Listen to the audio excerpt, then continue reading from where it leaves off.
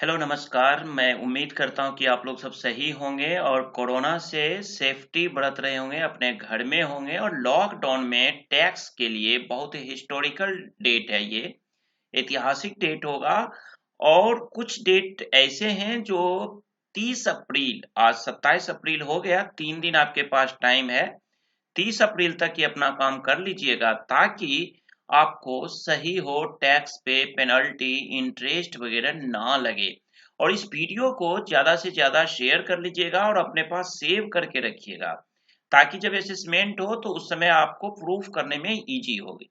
तो चलिए हम चलते हैं टॉपिक पे, और इससे सबसे पहले मैं आपको लेके आऊंगा उन सारी टॉपिक्स के बारे में जो ज्यादा इंपॉर्टेंट है। तो इसमें मैं चर्चा कर रहा हूँ इनकम टैक्स और जीएसटी से लिए, यानी डीटी और आईडीटी में।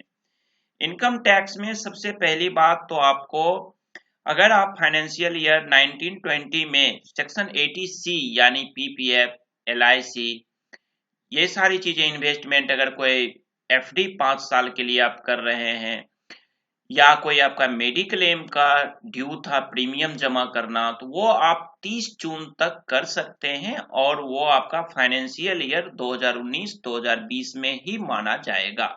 आप कर सकते हैं इस फाइनेंशियल ईयर का जमा। अब दूसरा सबसे बड़ा पॉइंट आता है कि टीडीएस पेमेंट जो है इसका डेट नहीं बढ़ा है। मैं आपको क्लियर कर दूं, ये आपको 30 अप्रैल तक करना पड़ेगा। लोग यहाँ कंफ्यूजन में है। क्या है कंफ्यूजन, वो मैं भी क्लियर करता हूं आपके साथ। सबसे पहली बात, जो मार्च का टीडीएस है वो आपको 30 अप्रैल 2020 तक जमा करना है। टीडीएस का चालान जो है वो आपको एनएसटीएल की साइट से जमा करना है। सबसे पहली बात ये कंफर्म रखिए। डेट बढ़ा है किस चीज का? डेट बढ़ा है रिटर्न फाइल करने का। क्वार्टर फोर्थ जो होगा, जनवरी, फरवरी और मार्च 2020, इस 3 महीने का जो चौथा क्वार्टर है, इसका टीडीएस और टीसीएस का रिटर्न जाएगा 30 जून तक, जिसमें पेनल्टी नहीं है। लेकिन अगर आप मार्च महीने का टीडीएस आपने काट रखा है लोगों का और उस टीडीएस को जमा नहीं करते हो, चालान जमा नहीं करते हो जनरेट करके 30 अप्रैल 2020 तक, तो आप पे 9% की लाइबिलिटी होगी। जो 18% वगैरह 12% वगैरह था उसके जगह पे 9% कर दिया गया है, यानी कि 50% का तो लॉस आपको है। 9% क्यों दें हम इंटरेस्ट?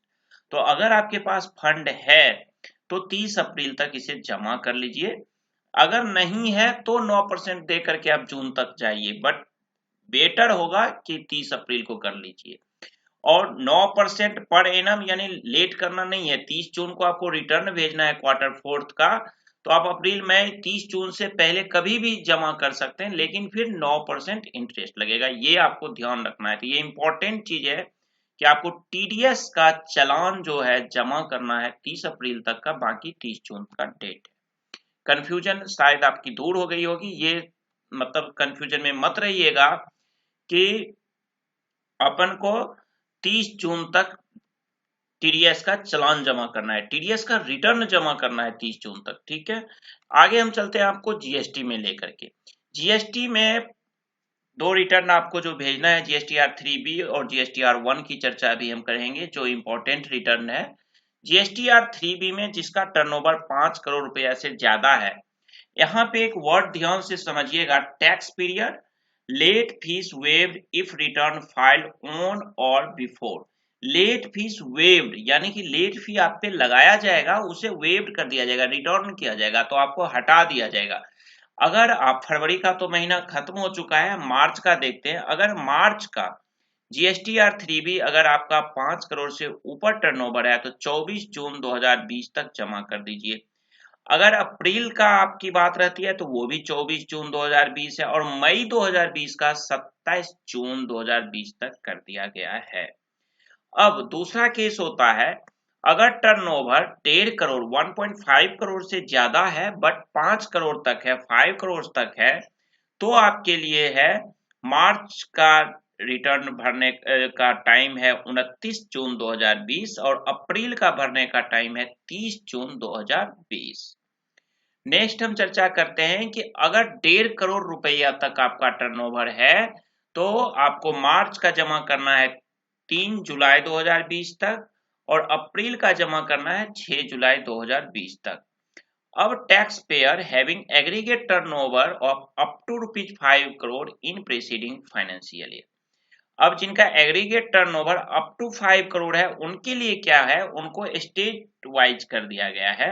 अगर आपका प्रिंसिपल प्लेस इन स्टेट में पड़ता है तो दो डेट दिया गया है, एक 12 जुलाई और एक 14 जुलाई। ये किसके लिए मैं बात कर रहा हूं, मई 2020 की बात कर रहा हूं। मई 2020 का जो है वो स्टेट वाइज है। मई 2020 का जो रिटर्न है वो आप 12 जुलाई 2020 तक कर सकते हैं और extended date and no late fee if return filed on before, और इस पे कोई लेट फी नहीं लगना है मई वाले में। तो जो लोग Chhattisgarh, Madhya Pradesh, Gujarat, Maharashtra, Karnataka, Goa, Kerala, Tamil Nadu, Telangana, Andhra Pradesh, Daman and Diu and Dadar and Nagar Haveli, Puducherry, Andaman and Nicobar island और लक्षद्वीप में पड़ते हैं, जिनका principal place of business in state या यूटीज में है, उनका डेट 12 जुलाई 2020 है मई 2020 के रिटर्न भरने का। और सेकेंड ग्रुप में इन्होंने दिया है 14 जुलाई 2020, वो उन स्टेट या यूटी के लिए है जो हिमाचल प्रदेश, पंजाब, उत्तराखंड, हरियाणा, राजस्थान, उत्तर प्रदेश, बिहार, सिक्किम, अरुणाचल प्रदेश, नागालैंड, मणिपुर, मिजोरम, त्रिपुरा, मेघालय, असम, वेस्ट बंगाल, झारखंड, ओडिशा, जम्मू एंड कश्मीर, लद्दाख, चंडीगढ़ और दिल्ली।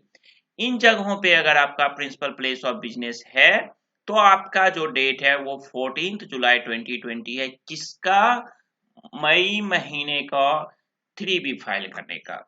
अब हम आपको लेके चलते हैं GSTR1 के लिए। GSTR1 में आपको मार्च का डेट है, ड्यू डेट होता है 11 अप्रैल 2020, जिसको आपको 30 जून 2020 कर दिया गया है, और अप्रैल का आपको 11 मई 2020 पड़ता है, इसको 30 जून 2020 किया गया, और मई का भी आपको 30 जून 20 कर दिया गया है। अब जो क्वार्टरली टैक्स पेयर है उनका जनवरी टू मार्च का डेट आता है 30 अप्रैल 2020, बट उनको 30 जून 2020 कर दिया गया है। अब मैं यहाँ पे एक रिक्वेस्ट करूंगा कि अगर आपके पास डेटा अवेलेबल है तो आप रिटर्न फाइल कर दीजिए। अब इससे पहले एक चीज और मैं आपको यहाँ दिखाना चाहूंगा। आप जीएसटी के पोर्टल पे जाइएगा, एक वर्ड आपने यहाँ पे देखा था, मैं आपको दोबारा इस पे ले जाता हूँ। यहाँ 3B जब आप फाइल कर रहे थे तो 3B में आपने यहाँ पे एक चीज देखा था, मैं स्टार्टिंग पे आपको लेके जा रहा हूँ। 3B में आप ये देखिए, यहाँ पे जब मोर देन 5 करोड़ है तो यहाँ एक वर्ड है late fees waived if return filed on और बिफोर। लेट फी वेव्ड होगा, तो इसके लिए मैं आपको लेके चल रहा हूँ पोर्टल पे। पोर्टल को एक बार ओपन करिएगा और यहाँ पे जो न्यूज एंड अपडेट्स आता है यहाँ पे व्यू ऑल करके इसका जो नोटिस है, अपडेट्स है, इसका पार्ट 3 देखिएगा, ये वाला part, filing date extend for providing relief to tax payers in view of कोविड-19 पैंडेमिक पार्ट 3। इस पे जब आप जाइएगा तो ये स्क्रीन पे आपको आएगा। यहाँ ये समझना है कि आपका इंटरेस्ट तो लगाया जाएगा बट वेव्ड किया जाएगा। अगर आप याद रखिएगा, जिनका 5 करोड़ से ज्यादा है, अगर मार्च का रिटर्न 5 मई तक कर देते हैं तो उनपे पेनल्टी नहीं लगेगी, और अगर अप्रैल की रिटर्न 4 जून तक कर देते हैं तो इंटरेस्ट जमा करने की जरूरत नहीं है। लेकिन अगर आप 5 मई के बाद 6 मई से 24 मई तक आप 24 जून तक करते हो या 5 जून से करते हो तो आपको 9% लगेगा। ये ध्यान रखना है आपको। Date from which interest is payable at 18% till date of filing if not filed by 24 June 2020। और अगर आप 24 जून तक नहीं करते हो, उसके बाद करते हो, तो आप पे 18% लगने लगेगा। तो ये ध्यान रखना है। अगर आपके पास डेटा अवेलेबल हो, बुक आप सही तरीके से राइट कर लिए हो, तो कोशिश करना इन डेट पे बेहतर होगा। इस वाले कॉलम के डेट पे यहाँ पे इंटरेस्ट आपको लगेगा लेकिन वेव्ड किया जाएगा। वही चीज जो यहाँ पे आप देखे थे, अभी जो मैं पीपीटी में आपको दिखाया, ये वेव्ड किया जाएगा। तो इससे बेहतर होगा कि आप जमा कर लेना।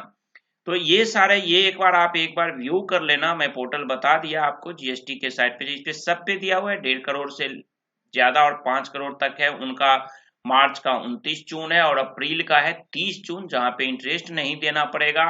अगर 1.5 करोड़ तक है उसके लिए मार्च का आपको 3 जुलाई दिया गया और अप्रैल का 6 जुलाई 2020 दिया गया। तो ये एक बार जरूर देख लीजिएगा, बेहतर होगा। इसे मैं बता ही दिया आपको, लेकिन फिर भी आप अपने रिकॉर्ड के लिए और इसे सेव करके रख लीजिएगा। Thank you for watching, bye bye.